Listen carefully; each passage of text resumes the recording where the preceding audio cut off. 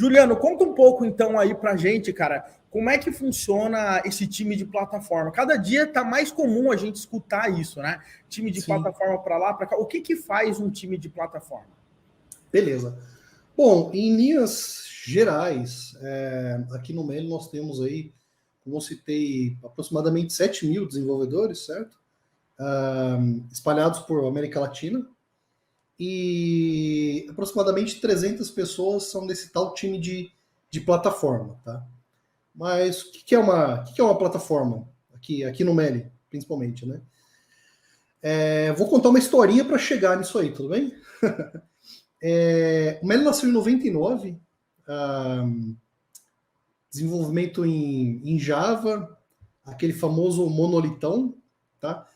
Chegou a ter lá suas 7 mil linhas de código e mais, seus 100 desenvolvedores, 75 mega, e aquele deploy, aquele cenário caótico de sexta-feira, quando tem pouca gente usando, você vai lá e dropa o arquivo lá nos servidorzinhos e 10 Pai Nosso, 10 Ave Maria, e torce para ninguém quebrar nada, né? Porque no monolito, no nosso monolito, no nosso cenário, o que acontecia, né?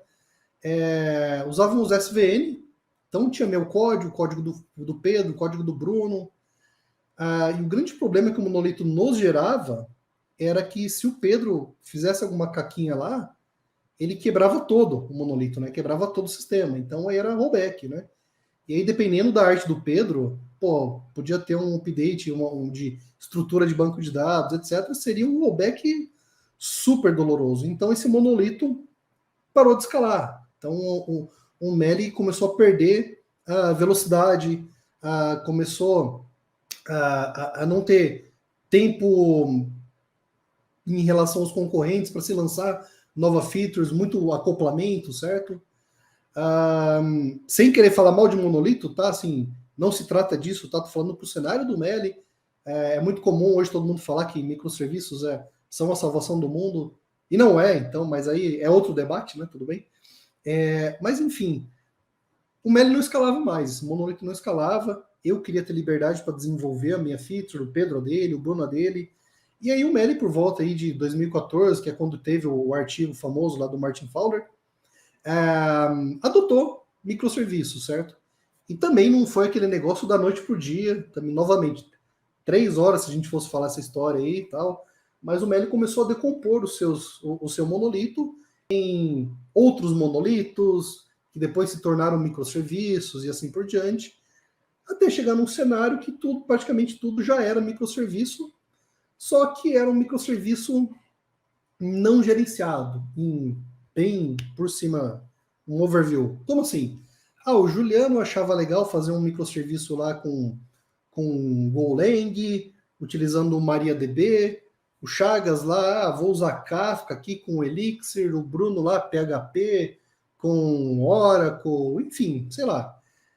Aí o Juliano, nas imagens Docker que ele usava, não atualizava, enfim, tinha uma atualização lá da imagem GoMini, sei lá. Eu não atualizei, isso gerou um backdoor no meu microserviço. Isso começou a crescer. Inclusive, se googarem aí Estrela da Morte da Netflix, vocês vão ver uma imagem de como os microserviços da Netflix se comunicam. E essa é uma situação que muitas empresas estão hoje, que são, você tem tudo é microserviço, legal, só que é o caos. Você não administra, não sabe como se comunicam, não sabe em tecnologia. O Pedro que fez lá em Elixir saiu da empresa, não tem mais quem dá manutenção disso aí. Então, a gente teve muito time to market. Eu consegui subir o meu monolito da tecnologia que eu queria, como eu queria. Porém, as brechas de governança que isso começou a gerar foram gigantescas. E aí a gente precisou botar ordem na casa. E aí surge a nossa plataforma, que a gente chama de Fury. O que é o Fury? O Fury é um PaaS, que é um Platform as a Service, que foi desenvolvido aqui dentro do Meli, certo? Customizada. Ela é composta por infraestrutura, ela toma conta de builds, deployments, logs, métrica, auditoria e fornece serviços para os desenvolvedores. Para os desenvolvedores criarem microserviços. Então, hoje aqui no Meli, tudo que vai nascer já nasce como um microserviço dentro dessa plataforma que a gente chama de Fury. Então, dando um exemplinho básico, o Wesley entrou aqui no Meli, está trabalhando com a gente, podia ser até real, hein, Wesley? Daí o Wesley vai desenvolver um microserviço lá para se comunicar com o Burger King, fazer X. O Wesley vai no Fury, o Fury provê um conjunto de tecnologias homologadas, carimbadas, atualizadas, etc., lá que ele pode escolher. Ele escolhe a tecnologia, a linguagem, Java, Go, enfim. Tem um pouco mais de restrição, o Wesley não vai poder usar linguagem X lá, que ele estava querendo usar, porque não é homologada pelo time de plataforma. Ele seleciona alguns parâmetros, dá um OK, o Fury cria um repositório para ele. Aí ele vai, ele coda nesse repositório, se ele precisa de algum serviço, como um banco de dados, por exemplo, ele vai no Fury, faz a criação desse banco de dados, começa a usar através de uma API, uma SDK, um endpoint, sei lá, depende do serviço aí, e abraço. Cria uma versão, faz um publish, está em produção esse negócio na nuvem, na AWS ou na GCP. Para o Wesley vai ser transparente isso aí como um desenvolvedor. Então, recapitulando, somos essas 300 pessoas cuidando da plataforma e esses 7 mil devs utilizando essa plataforma. Essa plataforma trouxe todo esse gerenciamento, esse compliance, essa segurança que a gente precisava, e o time to market continuou fabuloso, certo? Um exemplo que a gente dá, né? Chegou uma exigência do Bacen, de todo o dado em repouso ou em trânsito ser encriptado, certo? Temos hoje aqui mais de 20 mil microserviços rodando, certo? A gente não teve que mexer nesses 20 mil microserviços. Foi o Pedro, o Bruno lá, o time que cuida do Object Storage, que é a parte do Fury que cuida desses documentos que são armazenados, que têm que ser encriptados. Talvez o exemplo não foi muito bom, mas enfim. Mexeram lá poucas linhas de código, transparente para os 7 mil devs, para os 20 mil microserviços e resolveram o problema. Então, isso traz um ganho para as empresas e para os desenvolvedores gigantescos também. Por outro lado, o Wesley lá não precisa se preocupar se existe algum problema com a AWS, se o banco está escalando certo, se não está, se ele está gerando as métricas corretamente. Quando o Wesley foi lá e criou o microserviço dele, ele ganhou de bandeja também vários dashboards de monitoria, auditoria e assim por diante. Então, sumarizando o que nós fazemos aqui, isso aí é o Fury e esse é o nosso dia a dia de manter essa plataforma. E aí eu tenho alguns números aqui do Meli em geral, e aí tenho também um slide que a gente fez para você que vou até compartilhar aqui, e aí fica um pouquinho mais didático, certo?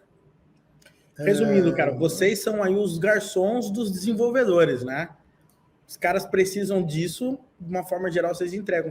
Vocês dão tranquilidade para o cara não gastar tempo pensando em infraestrutura, padrão, diversos padrões provavelmente já bem estabelecidos, observabilidade, todos esses tipos de coisa, o cara já vem meio que tudo de brinde para que ele consiga focar no negócio dele. Basicamente é isso, né?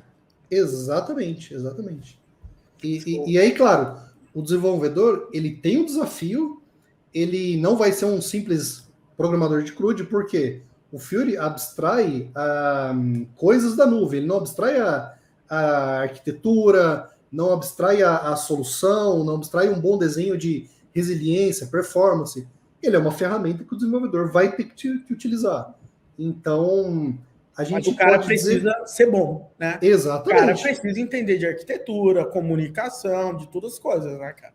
Não tem mágica também, né? Bom, olha aqui. Vamos mostrar aqui os números de nerd. Exatamente. Assim, só alguns números curiosos aí que a galera pergunta, né? Hoje, em média, a gente tem 5 mil requests por minuto nos nossos fronts, e é o legal que cada request desse aí, que chega no front, por baixo dos panos aí, ele sensibiliza mais trocentos microserviços que passam a se comunicar. Então, facilmente, esses 5 milhões aí por minuto se tornam 200 milhões. Esse número de deployments por dia também é muito louco, 8 mil por dia é algo bem absurdo. Hoje a gente tem 24 mil microserviços rodando e por aí vai, cara. É até chato ficar lendo esses números aqui, porque realmente é absurdo, é até assustador, mas uma coisa bem legal é sobre essas bases NoSQL aqui. A gente acabou de chegar do reInvent lá de Las Vegas, a gente não, que eu não fui, né? Mas foi um pessoal lá que foi palestrar e deve ter jogado um pouquinho de poker, né? Os caras foram apresentar o case do Meli, de migração para Dynamo, e aí migraram essas bases aí, implementaram alguma coisa de inteligência artificial. Foi bem legal, assim, ser esse case aí deles. E esses são alguns números nerds.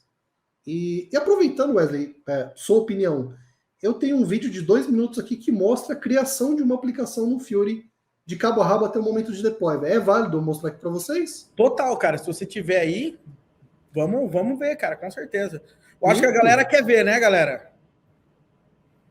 Então vou dar o play aqui, ó. Show.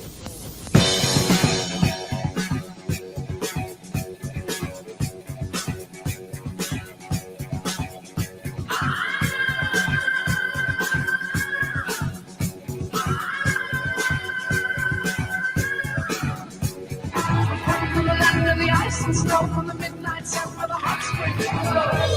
Hammer of the gold will drive our ships to new land. Fight the whole, sing and cry. Valhalla, I am coming.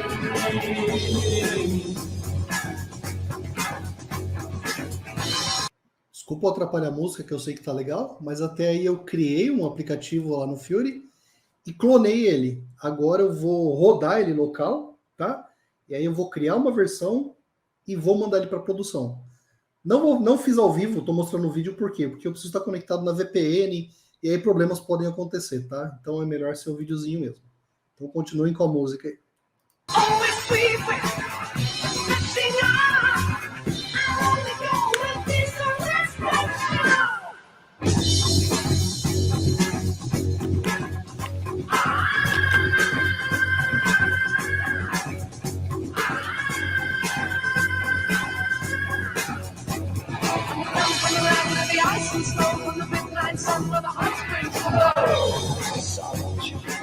So green, the whispered tales of yore, of how we calm the tides of war. We are your overlord.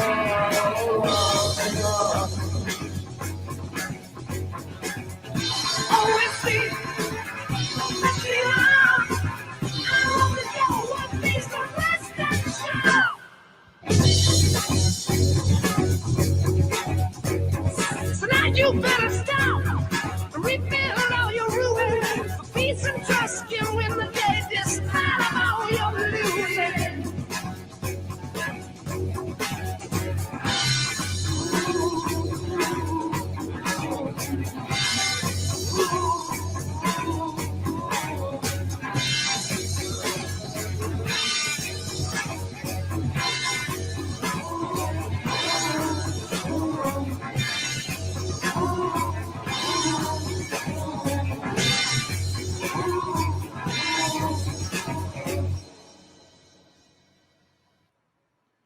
Bom, cara, top demais. E quando você cria a aplicação baseada numa linguagem ali, quando você dá aquele fetch, aquele get inicial, ele já traz um scaffold ali, meio que um boilerplate pronto. Eu já vi os go mod vindo tudo pronto, tudo certinho, né?